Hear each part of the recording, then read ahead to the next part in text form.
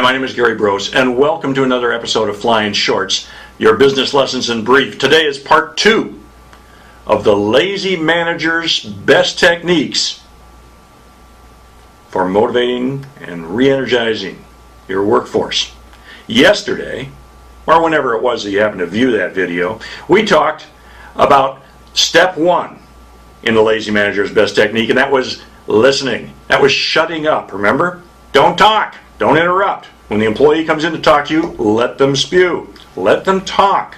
Listen to them. Okay, this is part 2. This one is equally simple, and you're thinking, I can do this. I'm already doing it. Fact is, most of us don't. Okay? And part 2 is be in the moment and actually listen. Listen to what they're saying, okay? Most of us are thinking about, oh gee, it's, I got 20 minutes to my next appointment, I got to prep for that, okay? We're thinking about all the other things we're doing, we're trying to multitask, we're not paying attention. And many times we're spending our time thinking about what's our next retort.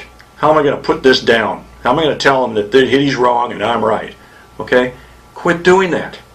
Just be in the moment and actually listen, all right? Imagine that employee, this is a good trick, imagine the employee is the world's foremost expert on the topic that he is talking about.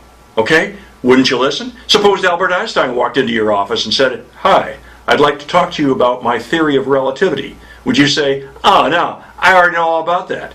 No, of course not. You'd have him sit down and he would talk to you and you would hang on his every word. You wouldn't interrupt because he's the expert. So just imagine that your employee is the expert on whatever it is they're talking about and let them talk.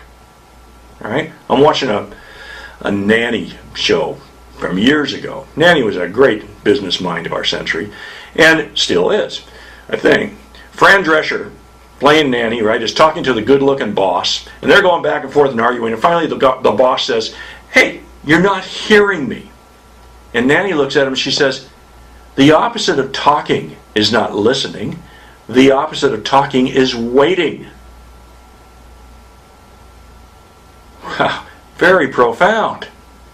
That's right. Nanny was waiting for her chance to unleash her next barrage. She was waiting for the opportunity to come back with a snappy one-liner.